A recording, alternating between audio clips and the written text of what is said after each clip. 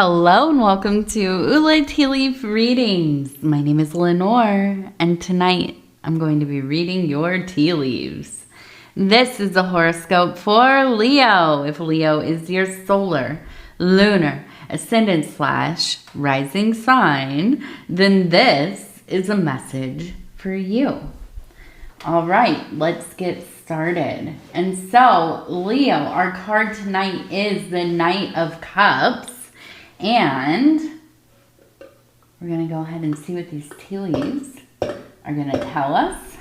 I love the Knight of Cups. It is probably one of my favorite. It is one of my favorite cards. When I see it, I know that the beloved is around.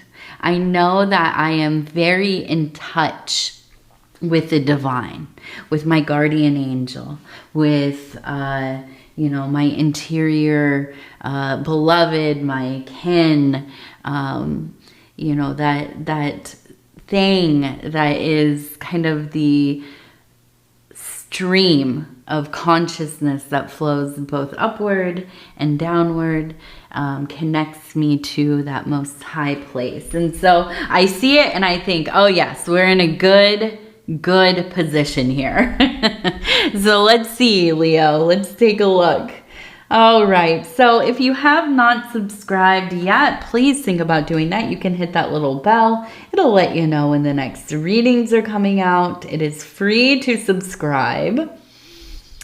So immediately I'm seeing we have, it looks like a dog. I'm going to read this as a dog. I thought maybe a bear, but it kind of looks more like a dog. And here's the head, the snoot. Here's the body. Now, we also have right here a person who looks like they're on a horse, and it looks like they're kind of charging towards this dog. And usually I would say the dog represents maybe a best friend, somebody you trust, somebody you're close to. But I think in this context, it looks like a guardian, maybe a gatekeeper, something that is maybe jamming up your ability to get on to the next cycle, into the next room, turn the page into the next chapter, what have you. So I see you really in movement, right? When you're on the horse, it means you have intentionally got up on that thing and you have gone riding. There is a movement in your life. You are on the path, okay? You are galloping along. And then you run into this, a dog that's growling and it's barking and it's right there in front of that passageway, and you're thinking, oh my goodness, come on, get out of here. I need to get through. But we are doing a divination here. So this maybe is not as easy as distracting that dog, right? Have a little bit of, treats in your pocket. You throw it and it goes running. No, that's not going to work here. We have almost like a mythological beast here. What is his name? Cerberus, I think, the one with all the heads. A hellhound. Almost maybe the same kind of energy as the Sphinx, although much more chaotic, right? So this is a place where, I think you're working on some kind of blockage. This is a emotional turmoil, maybe. Something like a raw nerve, right? It's a thing that it really sets you into, maybe a spiral or into anger or anxiety, paranoia. Maybe you get into a depressive state because it's like really bringing up uncomfortable memories or traumas or whatever it is. And I feel like you are in this place where, you want to be able to get through some of this stuff. These are the things that end up keeping us from our potential. These are the things that deter us from connecting with others or having ongoing and involved connections, relationships, or going for the things that we want in life, right? You get an idea and you think, yeah, I'm going to do this, and I have all of the things I need to do it, and I have the time and the motivation, and then your brain starts going and you start thinking, well, maybe, I don't know, a lot of people are doing this, so why would I be just another? Or maybe I don't have the skills that it takes. Maybe I think more of myself than I actually have the ability to do. And what if I get in there and I don't know what to do? I freeze up and I'm just kind of in a loop, and then you never walk through the door. You never begin, right? These blockages, they lie to us. They mislead us, they misguide us. And so here we are in a place where I think that you're feeling very passionate and emotionally fortified. We get that from the Knight of Cups. And I feel ready, right? You're ready to take on this challenge, to do this work, to process. Now, it might be that you are doing this through therapy or counseling or, some kind of modality or system. And it might be that this is something that you are kind of working on yourself, right? Doing self-work, and maybe you got like a self-help book, or you're doing kind of, spiritual alchemy. You are working on a magical system, which, listen, here's the thing about people getting into initiatory systems, is that I think a lot of people have this idea you're going to get in there and immediately you're going to learn how to like make talisman and invoke, demons or angels, or, you're going to make money appear at your doorstep. And, maybe those things, are really possible. But a lot of what magic is, what the occult is, what, these spiritual paths are, is self-work. It's a lot of looking at yourself, looking at your histories, looking at, your behaviors and your coping mechanisms, the condition of your psyche, and all of these things. And I think that's what's really confronting for a lot of people who they begin the path and they get in there and they think, oh my gosh, this is not what I thought it was going to be.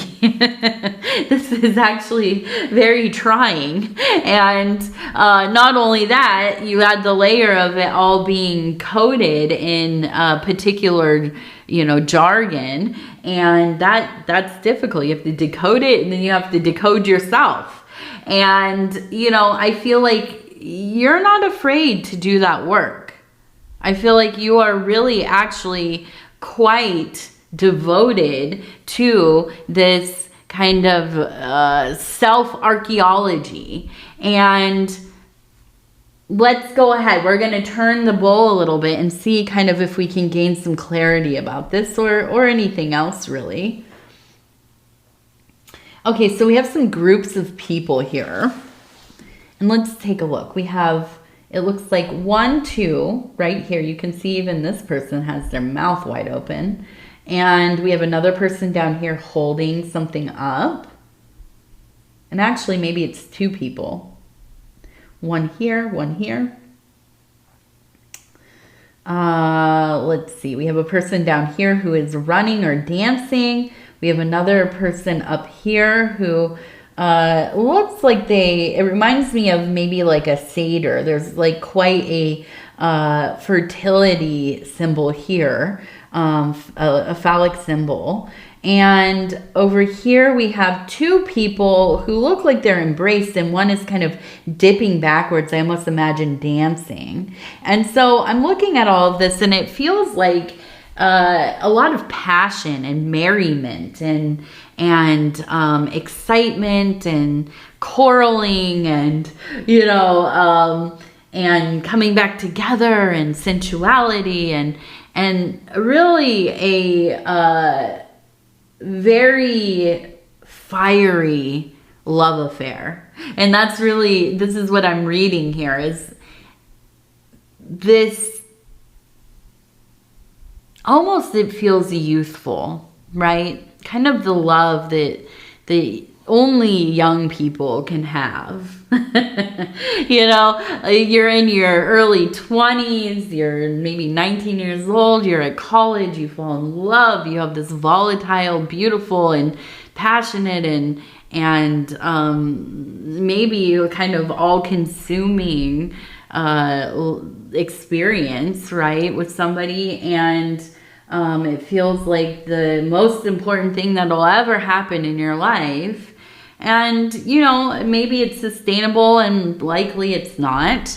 And you move forward in your life and you maybe part ways and you know, become a full adult and all of the responsibilities that surround that. Maybe, you know, you get married, you have a family or whatever, you know, however you're living your life. And you think, you know, I have these, you know, connections with people that are enduring and some of them unconditional, you know, maybe with your children or whatever. And that's, it fills you up, but it's not exactly this kind of amorous, passionate, you're lost. I mean, you're lost in it, right?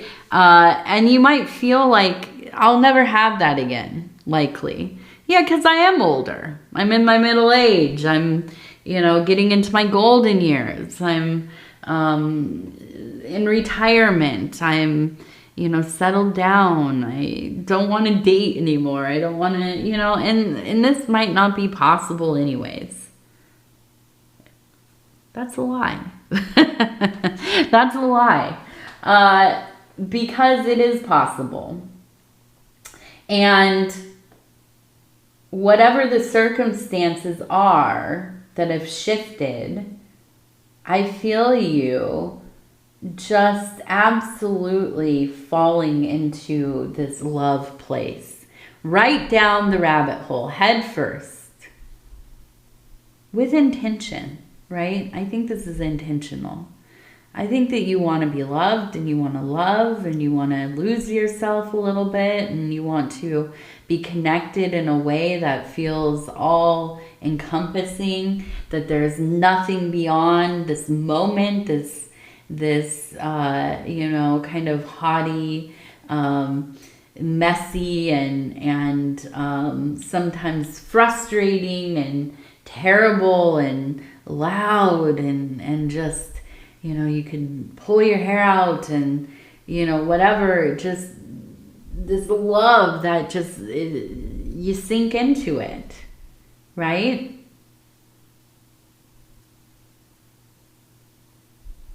And I feel you. I feel you pining for it. I feel you getting close to it. I feel you, you know, finding a way, looking around within your heart for that lock, right? That thing that you want to open up. Reveal yourself. To become vulnerable. And I wonder, you know, if this is even with another person. I wonder if this is with yourself. I wonder if this is an emanation of divinity, right? This place where you get into not just loving God, right? Not just kind of going through the motions of, yes, I'm a religious person and I go to church or mosque or, you know, some kind of temple or whatever it is, right? Not just the Abrahamic religions, but, you know, I'm involved in a community and I do the rituals and the traditions and I honor the tenets and all this. And I say just, this isn't just, this is all hard work. I mean, it is beloved work, but it is difficult, right? In this world we live in, it's not easy to stay the course. Okay, and I'm not trying to minimize this, but then there is a turn that can happen. When you are in your religion, when you are in your spiritual life, when you are in your deep exploration of self and the divine in your relationship with such, and this turn can happen where it becomes a love affair. This is the work of the ecstatic saints. This is the work of the Sufi, of the Jainist, of the Sikh, to name a few, right? I think deeply of this also with different kinds of folk religions or, especially fetish, right? Fetish and not to be confused with anything but magic. This is like voodoo, Vondu, Santeria, these are called fetish religions. And that's because of the kind of magic they use, the rituals they use. And so being so close that you are married to the divine, to God, goddess, whatever it is. It doesn't have to be gendered, or it doesn't have to have any kind of icon or personality, but whatever that thing is, that ineffable. To go from following it to living in a state of faith to actively having a relationship. And I feel you turning that corner. Now, this might be that it is practiced through a relationship you have with somebody in the physical world. And we see this in traditions of magic, especially Western Hermeticism. It can be confused with, just basically the left-handed path, but it should not be, right? This is an act of finding now you might call it a proxy, a physical proxy for God or the divine, but it could also be that this is a manifestation, right? This person that you are connected with, that you have this holy bond with, they are a corporeal representation of this divine archetype. And so you are for them as well, right? And this is done with intention.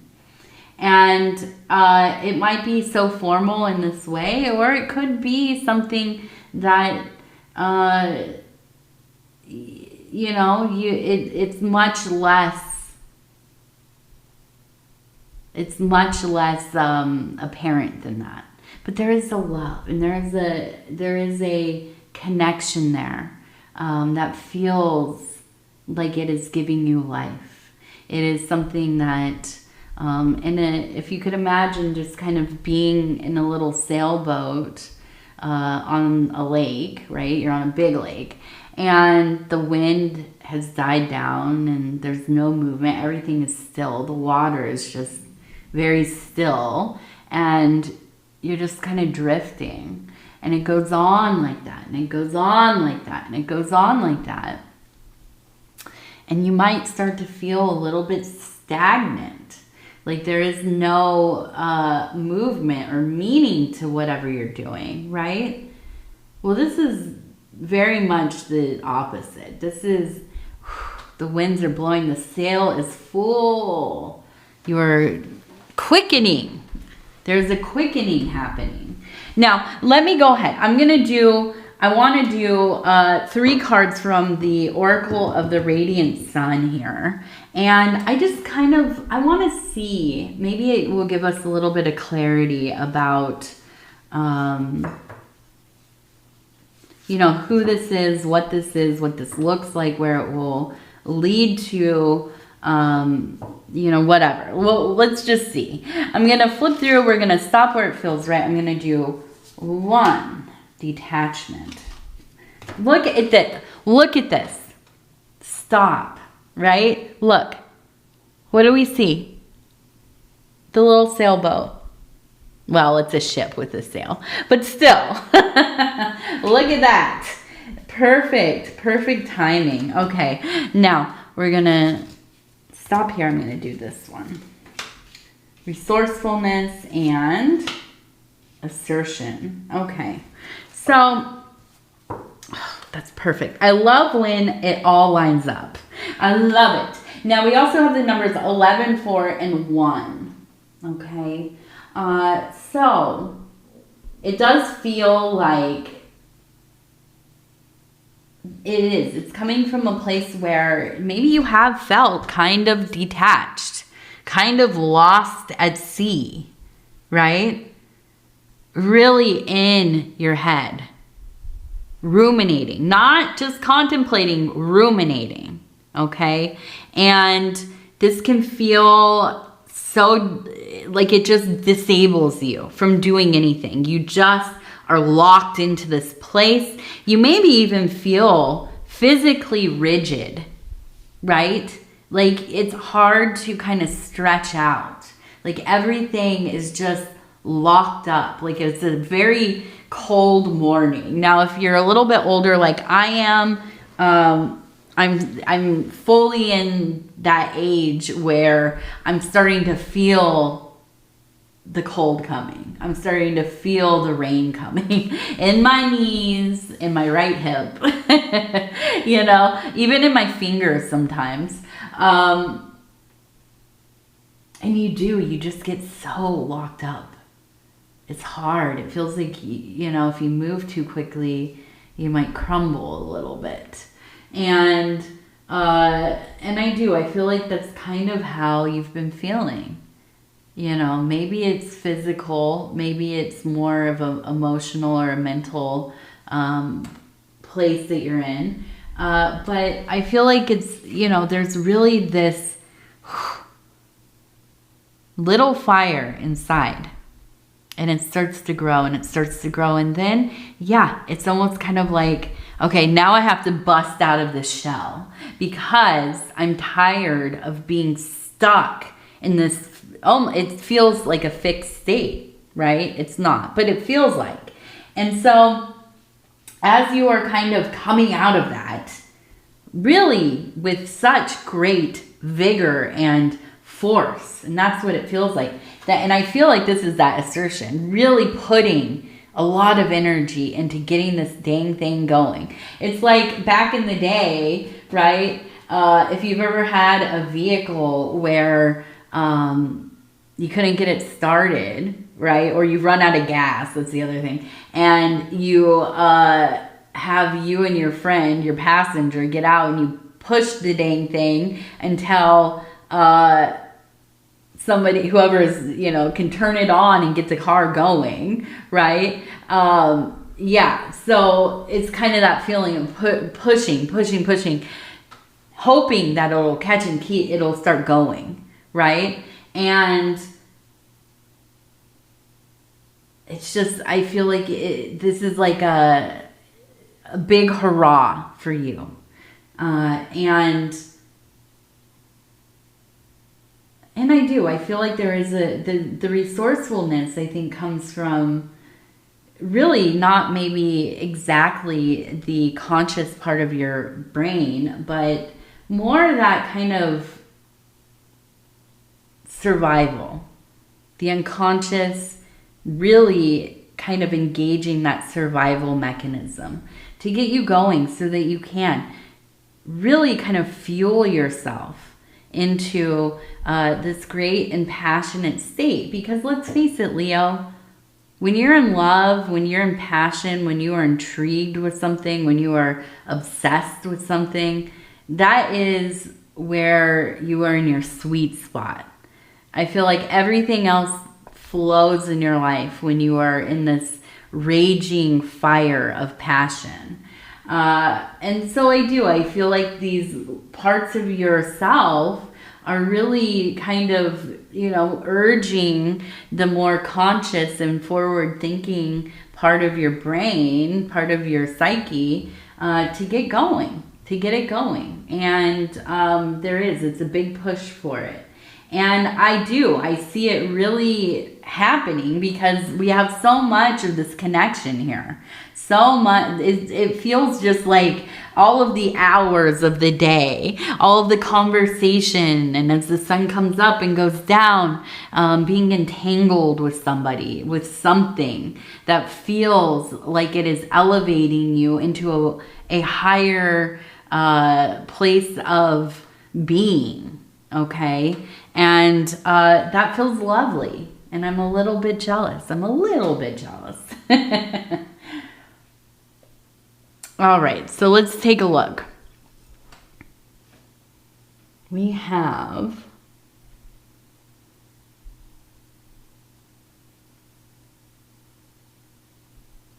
now it looks like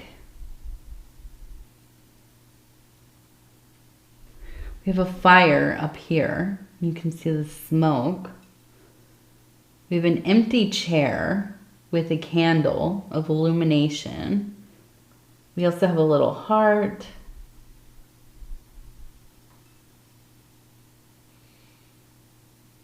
I just feel like there's just this departure. And maybe part of this is having to let go of some of the old stuff. Having to make some decisions about the configuration of your life to allot you the space to kind of do this work that you're doing. And we also have the number 7, lucky number 7. But I feel like it's almost like you've been tending to this other fire. It's not caught on. It's just been, it's like trying to start a campfire after it's been raining, right? And you let the wood get wet and it's a little damp, right? And the fire is trying to get going, but it's just, you have to keep putting like paper in there and brush and kindling and stuff. But the actual, wood for the fire, the big pieces of wood, they're like, I can even smell what that smells like when they're damp and, and it's just been like, you're trying everything and it keeps almost going out. And it's almost kind of like, okay, well, I'm giving up on this because I know that there has to be some wood or somewhere around here, right? That is going to burn. And maybe even like a fire pit that has been covered, right? So it is like conducive with the, the want to have a fire going, right? We need something that all of the conditions are conducive with being able to get that going. And that maybe is a hard decision because you put a lot into what you've been working on. You've put a lot into working on the dynamic of your life and the relations of your life, but it just isn't getting you to that place that you need to get to. And that can be really difficult. It can be a really, really hard thing to admit to yourself. And having to make those changes, that's a lot. It's a lot. So give yourself a lot of grace. And where you, maybe stumble a little bit or you don't know which direction to go in, allow yourself to take the time that you need. And I think that's the big thing. But, you also have to be realistic about what your goals are, what you can and can't live with, and, what are you willing to do to get to where you want to go. All right, we're going to do our gratitude affirmation cards. And I'm just going to flip through and stop where it feels right. Love's gold mine. Ooh, we have a love card. All right. I am full of gratitude for the opportunity of forgiveness. I am thankful for the chance to bring healing to myself and to mend relationships with others. Practice. Whom might you forgive today? Feel the peace that floods in when you choose to forgive and release the wrongs done to you. Whew, that's a big one, huh? My goodness. Well, let's find somebody to forgive today. I'm trying to think. I was trying to think, like, as soon as it said that, I was like, all right, who can I forgive today?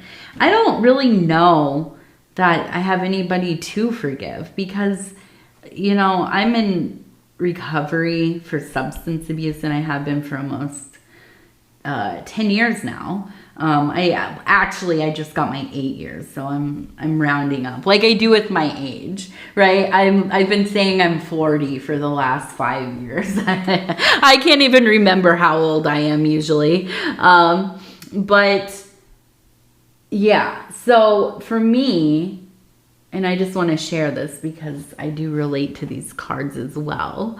But for me, I have to try to forgive people as soon as I can, because I get into a place of, resentment real quick with people. And if I don't talk it out, or I don't just let it go, or I don't kind of try to understand and come from a place of empathy, then I will let it really plant these deep seeds of discord. And I will be focused on that dislike, that distrust, that anger. It will consume me. Absolutely. I know this about myself. And so, you know, when something goes wrong, now I'm not going to forget, you know, I'm not naive or a total fool about it. I'm going to remember the way you've behaved or what you've said or, you know, whatever. But I'm also going to forgive you, you know, because why? Why would I carry that around with me? I might not ever talk to you again, but I forgive you. You know what I'm saying?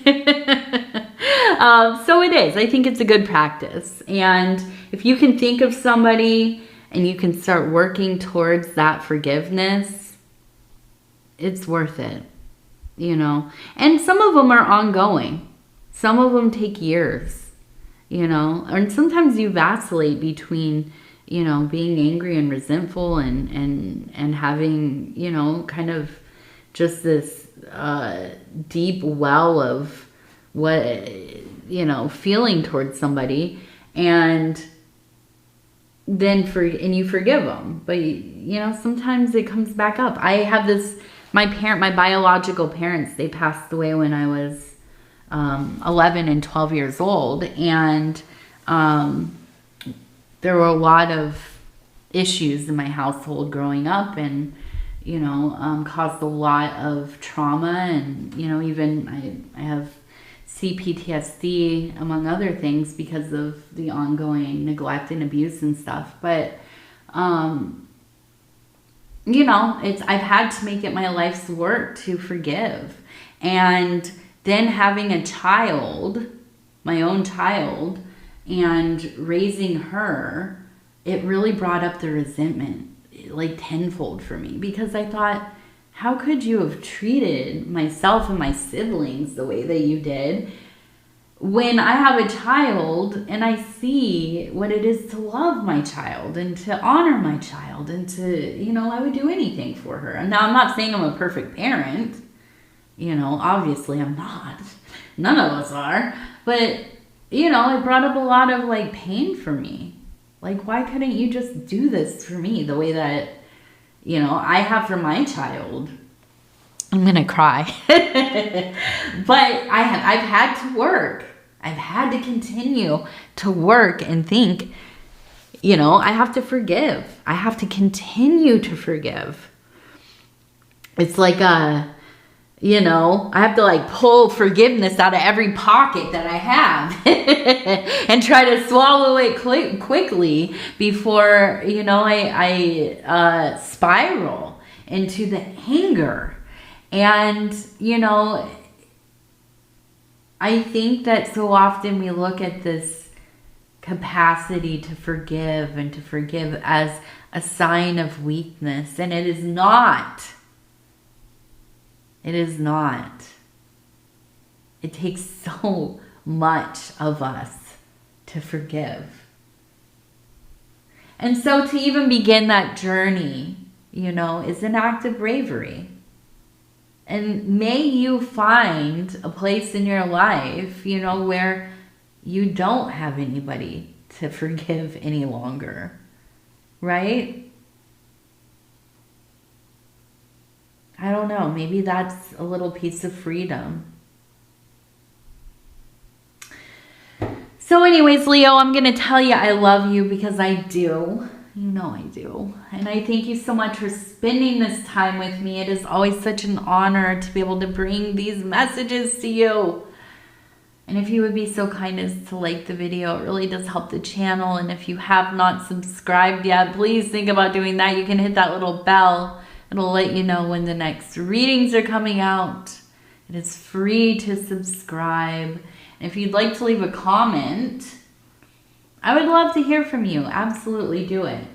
And if you're new to the channel, shout it out in the comments section. I think that's it. I think that's it. My last reading of the night. And yeah, I'm gonna go relax for a little bit. So again, I love you. Take care of yourself. We'll talk in a few days. Good night.